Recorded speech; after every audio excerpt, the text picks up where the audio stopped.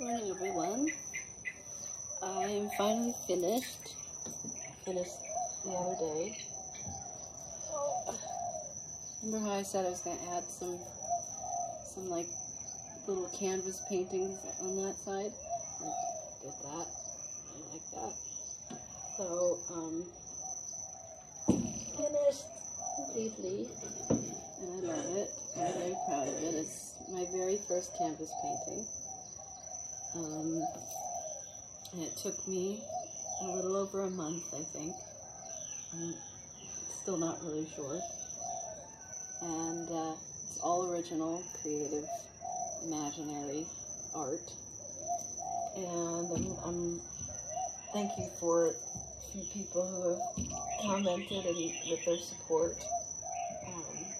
Very kind. People have been saying, someone said they were impressed that this is my first canvas painting, how good it is for being my first painting. I have been painting all my life, but not like in a way that I really felt like I was a painter. And calling myself like a painter as opposed to like just an artist, it feels different. Because when I see painters, when I see like the great painters or really amazing artists, modern artists painting, like how they're able to just go on the canvas and put a bunch of paint all over the canvas and then execute some kind of beautiful face or body or scenery, that's something that I long to be able to do, you know. And something that I've learned about painting is that it takes a lot of time and effort. I actually need to go look back now and see how long did this piece actually take me to do, because I documented it all on our Instagram page. I was surprised by how long it took me to do, because it's a very slow process. Hold on, okay, so I'm surprised now to see that I document everything on our Instagram page. For anybody who doesn't follow, I basically share the same videos in vlogs, you know, but I share it in our story every day. So I'm surprised to see that actually I started my piece on August 9th. And that was just the first layer with acrylic paint. And then, let's see. And then there's the second layer. So I'm actually really shocked to see how fast I've been able to do this relatively.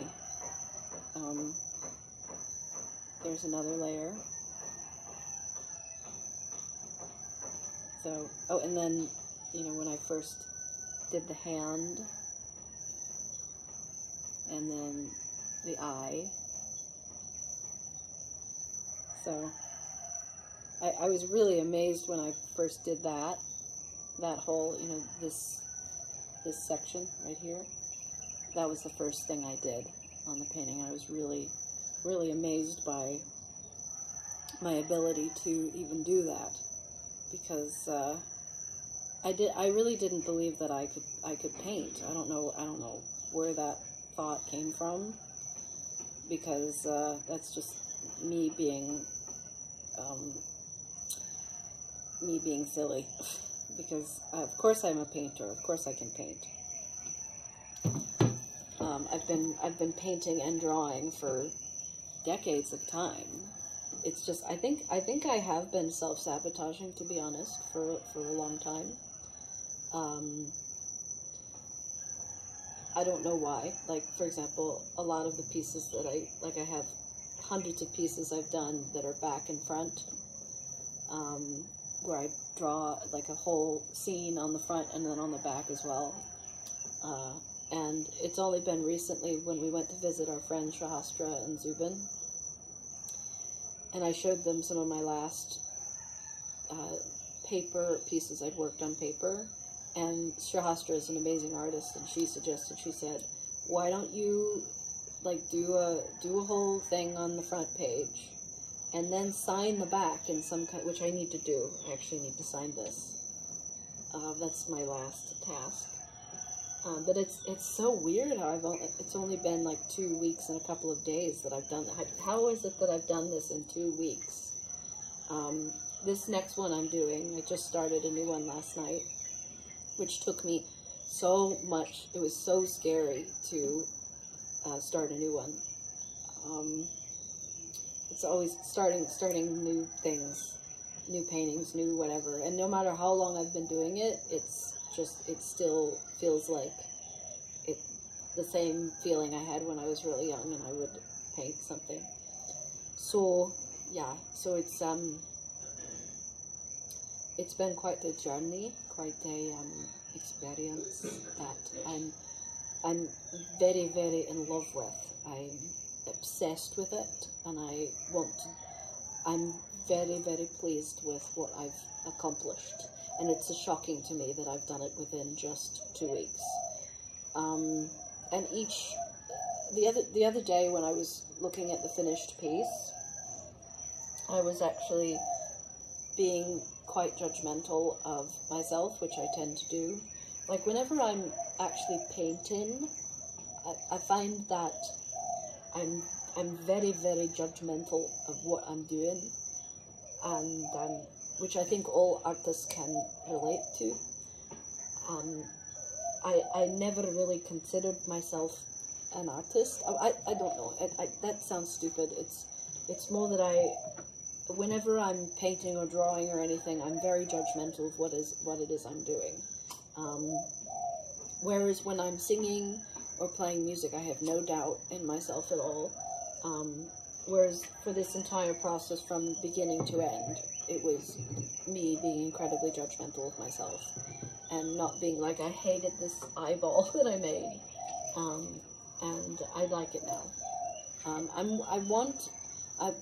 My goal for the next piece I'm doing is for it to be more mystical and a little darker. Because once I show you the canvas, you'll see that there's a lot of like blacks and all these things floating around. And I use a sponge to just sponge in the colors to begin with, and that creates this kind of misty, interesting background that's very inspiring to paint over.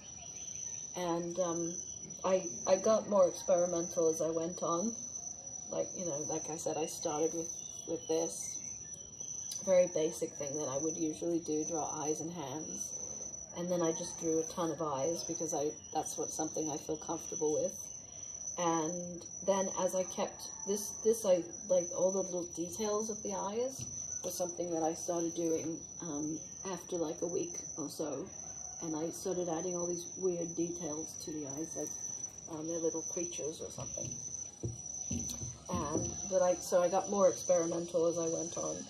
And this little guy, I don't know what that is, I just started painting and made so that was me being more experimental with it. And I really want to be more free, instead of, because I feel like my painting style is very controlled. I want to be able to just kind of splash paint on the canvas and make a big mess. And that's very hard to do.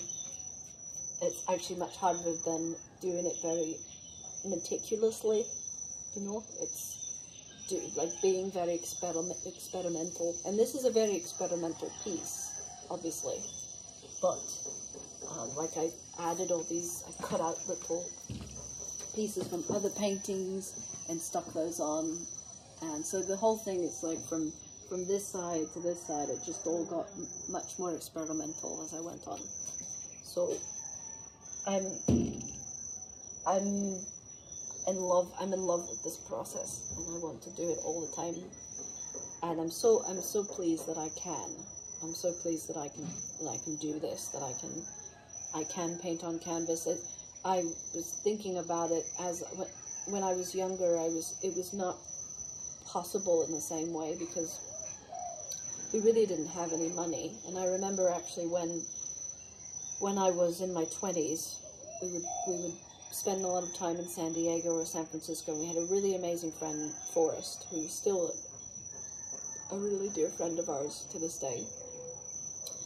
And for 25th, 26th birthday, he got me a gift card to Michael's, the art supply shop in the United States, where I was able to finally get a bunch of containers of paint, and I got these big, little tubes of paint, and I think I got like 10 different colors or something, and it was the first time I was able to like actually have acrylic paint, because in the United States acrylic paint is expensive. It would be like $8 US for a tube of paint, whereas here it's like the little things I have, and I have tons of different colors, or like $1.50 a piece, so I can get as many things as I want. And the canvases are really cheap. This was only $6 for a canvas, and the other canvas I have was maybe $10 maybe. So it's much less expensive to paint to be an artist here, and there are tons of artists in Ubud. It's actually known for being a town of artists. Little puppy. So that's that process, and I am going to sell it. Oh, I don't know. I said that very confidently. I would like to sell it. I don't know if I really will want to sell it. It really will depend on what someone is willing to pay me for it, because the amount of work I put into it, I've become very attached to this painting. And sometimes artists will say, don't sell your originals, just make prints. And I think that's something else I'm going to want to do. So, see, I'm going to put it up, and so if anyone is interested in buying it, let me know. You can send me an email. I'll put our email in the description. And I will sell prints as well. So that's a whole process that I'm starting, which is interesting. So the other thing that I wanted to talk about is that how I became this kind of person as a creative individual. Like I've said, I've been drawing and painting and singing and performing since I was like 5-6 years old. Both of my parents were creative. Actually, my parents are not creative people. They are musically gifted people. My mother was an amazing songstress. She had a really beautiful voice, which I absolutely got my voice from my mother, and which I'm incredibly grateful for. I got my love of music from both of my parents. They introduced me to all sorts of amazing music. But something I was talking to Thoth about last night that we both found interesting and find interesting in relation to my life is that my parents were not very encouraging in regards to me being a creative, original artist.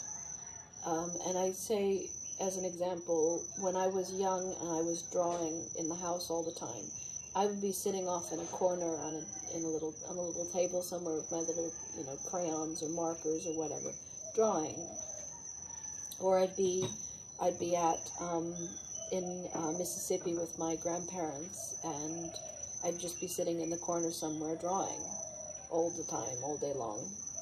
And I've seen in this modern era, there are kids who are seen as like prodigies and wunderkinds of art, and they'll be like abstract artists or costume designers or shit like that, and they'll be 5, 6, 7, 8 years old.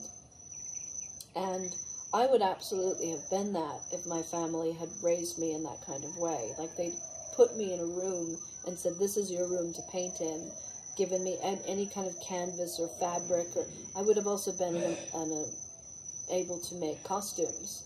Nobody taught me how to sew, so I would just kind of make little things as I could. Nobody gave me a sewing machine or gave me like a model to work on or gave me fabric.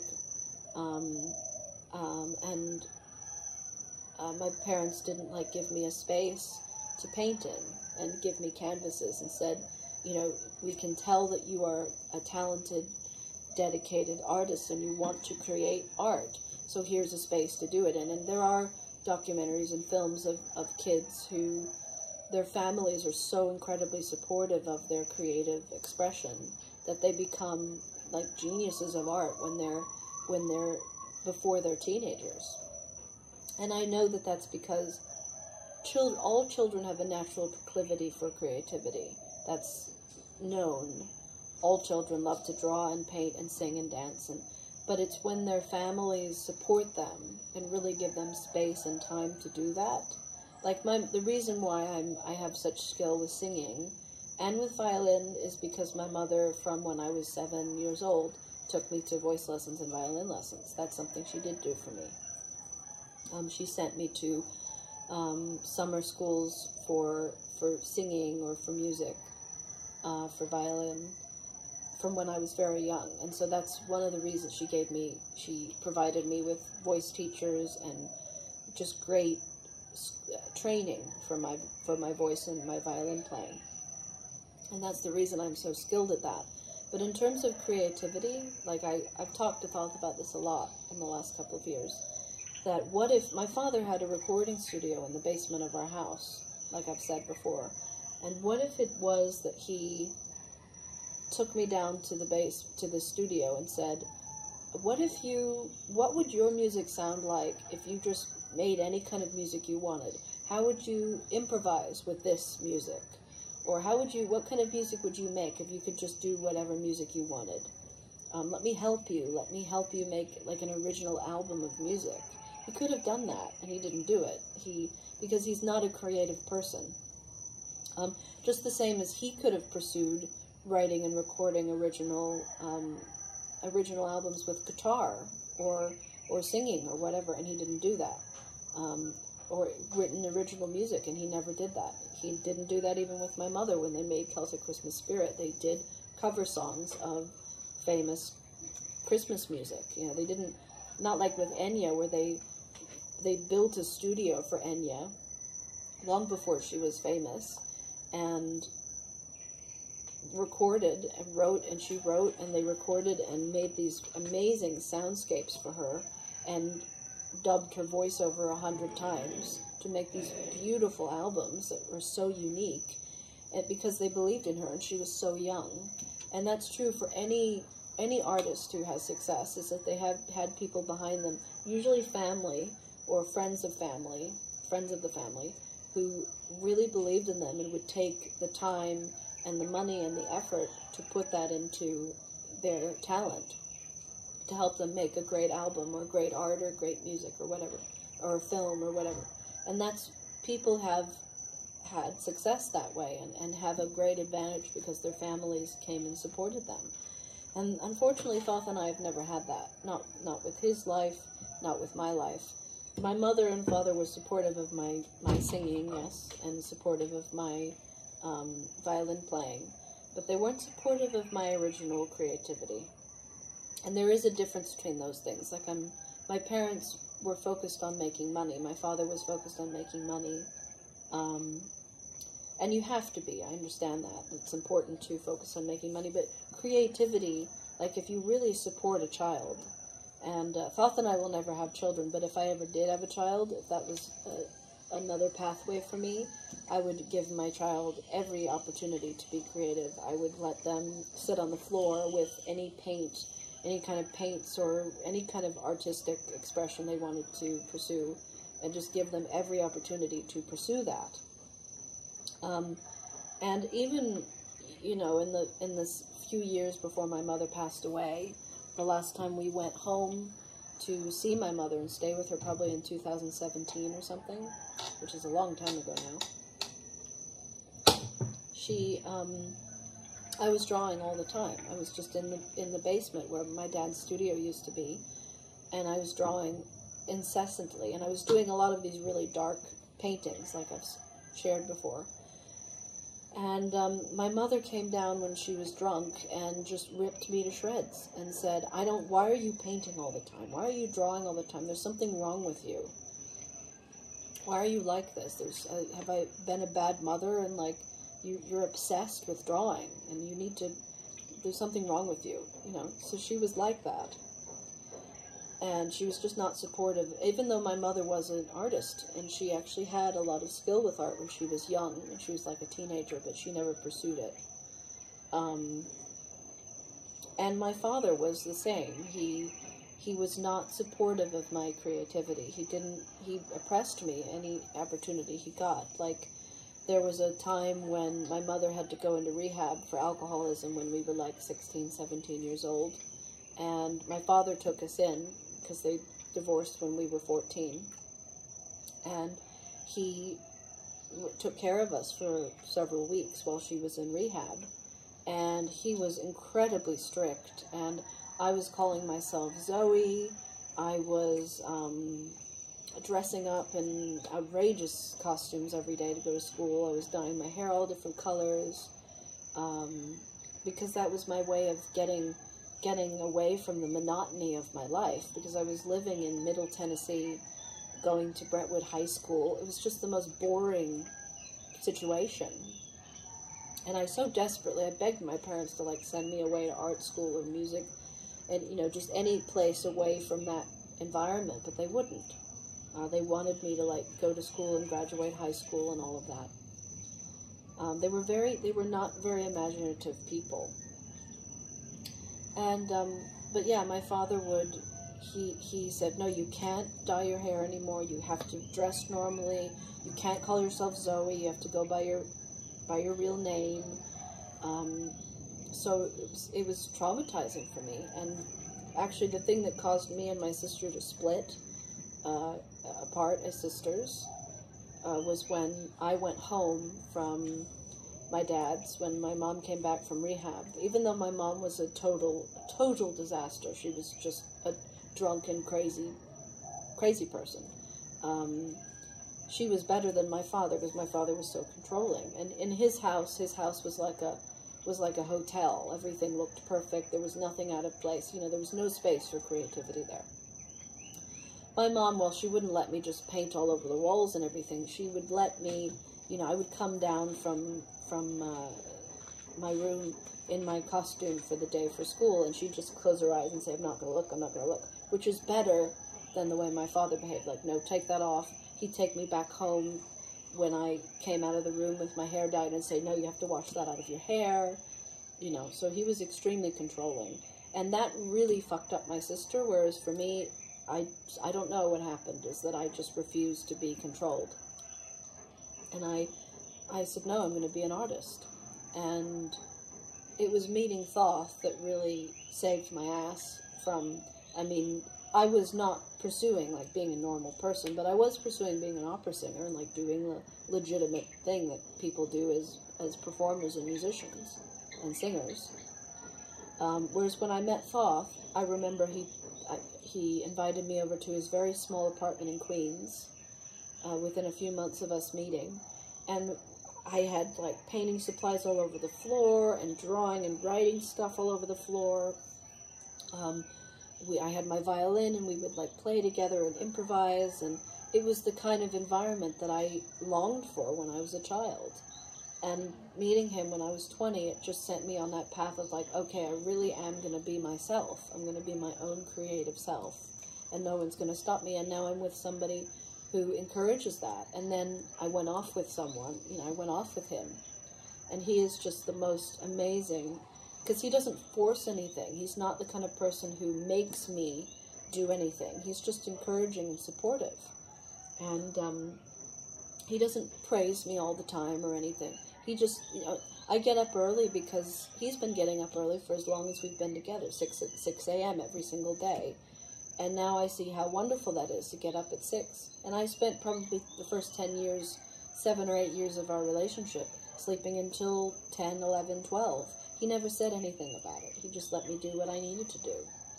And artists need that. Like, we need to have people in our lives who just let us be ourselves. And I wonder what would have happened to me if I was a teenager and I was given that kind of encouragement when I was that young. I'm still at the space that I always wanted to be at, where I was able to, I'm able to now paint on canvas and make a big mess with my art supplies. It just took longer. I'm kind of a late bloomer for that reason, because I didn't have that. I wasn't raised in this kind of really creative environment. I was raised in a musical environment, and I'm really grateful to my parents for giving me that opportunity, but I wasn't raised in a creative environment at all. And I'm really grateful to Thoth for giving me that space to just be myself. Because when you're around somebody who is totally themselves, it just gives you the encouragement to be yourself too.